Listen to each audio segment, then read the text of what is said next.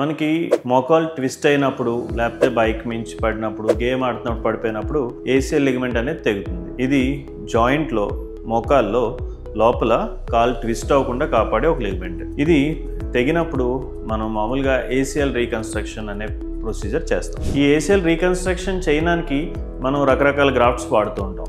ఇందులో కామన్గా చేసేది సెమీ టెండినోసిస్ గ్రేసిలిస్ గ్రాఫ్ట్ అనేది చేస్తాం. అంటే మన హ్యామ్స్ట్రింగ్స్, మన థై బ్యాక్లో ఉండే హ్యామ్స్ట్రింగ్స్ని వాడి దీన్ని చేస్తారు. ఇది మోస్ట్ కామన్గా వాడే గ్రాఫ్ట్. సో ఈ హ్యామ్స్ట్రింగ్ గ్రాఫ్ట్ ఒక్కటే కొంతమందిలో సరిపోదు. వీళ్ళు ఎవరు అంటే military recruits, sports persons, active life style ఉన్నవాళ్ళు, లేకపోతే జంపింగ్, జాగింగ్ ఇవన్నీ రెగ్యులర్గా చేసేవాళ్ళు, వీళ్ళందరికీ ఒక్క హ్యామ్స్ట్రింగ్ గ్రాఫ్ట్ ఒకటే సరిపోదు. సో ఏం చేయాలి?